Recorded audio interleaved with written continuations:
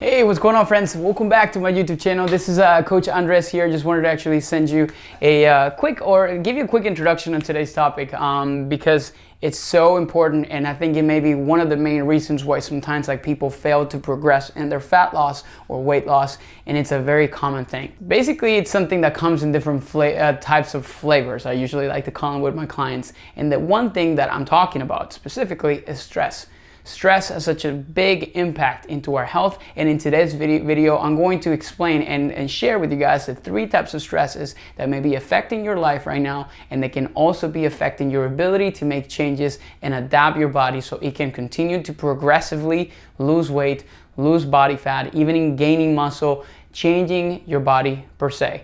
Stop creating resistance and start managing your stress. And in today's video we're going to show you first where are they coming from so you can create a lot more awareness, because remember, awareness always precedes change. So let's get right into the video. See you soon.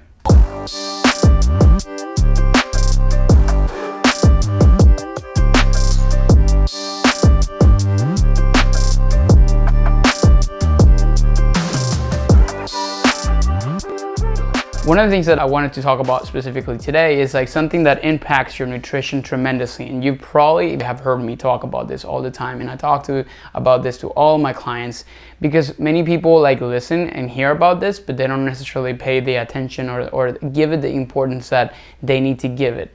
As far as how this is actually affecting their progress. Historically speaking, we actually live in one of the most stressful periods in our life, and not necessarily because of COVID, but because we actually live in a society that is heavily industrialized, and we're in a go mode, specifically in Western societies, specifically in the United States. We are people that are too busy, and we have way too many different things in life or going on at the same time. And when you compare ourselves to the lives of people that lived in 100 to 200 years ago, the stress levels were way much lower than they were before, because they had less things to worry about. Now, because of that same reason, we are now living in a society that is so much obesity is an epidemic. I would even say consider a pandemic. It's something that is affecting us all worldwide, and a lot of times we're trying to figure out why. It's a combination of factors, but stress becomes such a big, important aspect of it, and controlling and managing it in the current environment and context that we live in, it actually could be the sole main differentiating factor here to help you actually get from being frustrated and not seeing results to actually being in a position or a point in which you can thrive and accomplish the goals and objectives that you're setting for yourself of losing weight and feeling much better. Today I wanted to break down 3 types of stressors. I usually tell my clients stress comes in 3 different flavors, and I wanted to tell you so you can learn how to identify them, and so you can learn honestly what actually happens when you experience some of these stresses. And I've talked about this in the past, but I've talked about it in different ways. And the reason why I'm repeating it is because we have a lot of new members, and at the same time because of the fact that it's so important. I usually kind of say it in different ways, and today I'm going to present it with the board. So I have a few things that I wanted to actually present here for today. So number 1, stress. What is stress? Stress is just simply a state, right? And it can come in different flavors. You can actually get stressed out from doing something simple as you have too much work. But at the same time, there's a lot of types of stresses to our bodies that we don't necessarily feel the same way that we feel oh my God, I have so much work, I'm so stressed, when we actually say some of those different things. And because of those 2, what we call dormant or silent stress responses that we usually get, we don't necessarily notice them, but they're wreaking havoc in our metabolism, in our physiology, and I wanted to make sure that you kind of create a lot more awareness around this today. Number 1 stress is the one that we actually feel all the time, or the one that we complain most about, which is going to be your mental and emotional stress. This is literally, and I'm putting here, getting angry about something. Let's say you got a really nasty email from your boss. I actually talked about this a couple of weeks ago, and you're oh my God, this makes me so mad. Or he says hey, you had to submit that project that I told you that the deadline was for next week. You had to submit it by the end of the day today. Immediately all your alarm systems in your body go off, bing, bing, bing, bing, bing, way too many different things going on at a time, and you get immediate stress. So this is a type of mental emotional stress response. Now we also may, when you're feeling overwhelmed, which is the example I just gave you, or maybe because of the fact that you're worried about a family member that is sick in the hospital or something like this.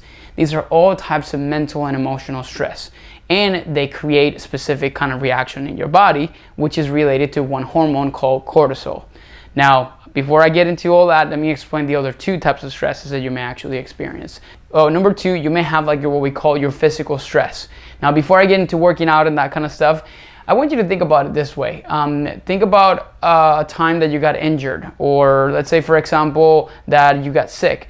All these different types of stressors are actually going to be physical. So, for example, when you get the flu, God forbid it's not COVID, but let's say you get the flu or you get sick about something, that is actually a stressful response for your body because you're moving it away from a state of balance and homeostasis, which is the technical term. So getting injured or hurt, let's say for example you cut your finger, that's a localized stress. And because of that, your body needs to kind of change a few different things to make sure that you're not bleeding yourself to death. Now, the second thing is for example, getting injured or hurt. Let's say you broke your ankle or something like that. God forbid it happens, or it's happened in the past. So there's localized stress, and your body needs to change some things to make sure that you're healing so you can go back into a state of balance. So those are normal stressors, but there's one that you're actually kind of submitting yourself to on a daily basis, and some people actually do too much of it, or a really incorrect balance that exists between it, which is actually going to be your working out and exercise, specifically the types of training that now exist in our society. Back in 100 years ago, there wasn't really CrossFit or interval training or any of that kind of stuff. It was just essentially movement and things like this. Nowadays we have things like CrossFit, we have things like F45 and all these different types of training that are actually pushing a lot of stress into our physiology every single day. And I'm not saying that they're bad. I do them personally, but people don't understand the balance that needs to exist between that and the third type of stress, which is going to be the metabolic or physiological stress that happens when typically, for example, you're restricting your calories too much. Again, that's a typical type of stress. Or maybe you're eating the wrong types of foods. A lot of hyper-processed foods and hyper-palatable foods, that what they're doing is they're creating a lot of inflammation, which is another way that your body produces stress. So all the combination, all these different things create a situation in our body that, the way I kind of explain is creates resistance. That resistance is typically explained through something called cortisol. And that affects, as I mentioned in here, your ability to adapt. So how does this whole process work? And I think I've talked about this in the past. Imagine that you're actually faced with a tiger right in front of you, right in this moment. Close your eyes and picture that. What would you do? You immediately would get this surge of your heart rate would start to race, and you would get so scared, and you're okay, and then you would take off running. Granted that you're outside, not in a closed space. But essentially, you're getting this massive surge of stress in your body that is preparing you for what we call a fight or flight response, which is either you fight the tiger or you flight or you go, essentially. And it's changing all your energy systems to make sure that it's creating enough momentum or energy to be able to go and take off running, and you have the energy to be able to keep on going. Now, the problem that we have in our society today is that there is a constant tiger in front of us, yet it's an imaginary tiger. It's never there, yet it's actually creating so much resistance in our body because we're constantly on a state of stress that is usually coming from here because we're too busy and we have such a crazy lifestyle, or because of the fact that we're trying to, we're so frustrated that we're not losing weight, and then at the same time we're actually trying to push our bodies way too much sometimes and not necessarily giving it enough rest, or because of the fact that you have been going on diets and you're trying to restrict calories because you're so tired of, obviously, all these different things, and every single time you're restricting more and more and more.